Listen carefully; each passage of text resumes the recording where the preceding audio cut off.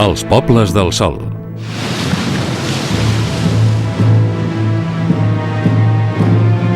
Al segle XV, els europeus van descobrir Amèrica i d'aquell continent en van dir el Nou Món. No obstant, aquells territoris que els europeus no havien vist mai no n'eren gens de nous i gaudien de la riquesa d'una història molt antiga.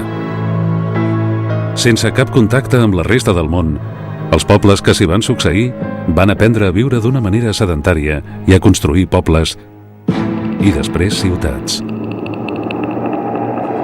Es van organitzar en societats cada vegada més complexes, van inventar formes de govern, van desenvolupar concepcions de l'univers i de la vida i van crear religions. Així com alguns pobles no van deixar pràcticament cap rastre del seu pas, d'altres ens han llegat vestigis magnífics que donen testimoni d'aquells mons desapareguts. Els maies, els asteques i els inques van il·luminar la història de tot aquest continent.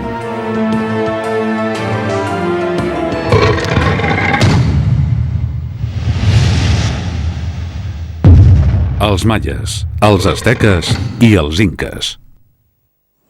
Machu Picchu no era una ciutat per viure-hi, i no obstant, posseïa una estructura i uns edificis típics de l'arquitectura inca.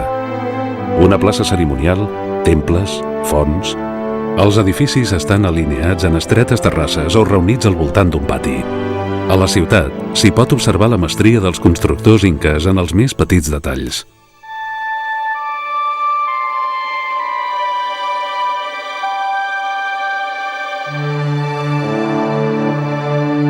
Però encara no se sap amb certesa quina era la funció exacta d'aquesta ciutat.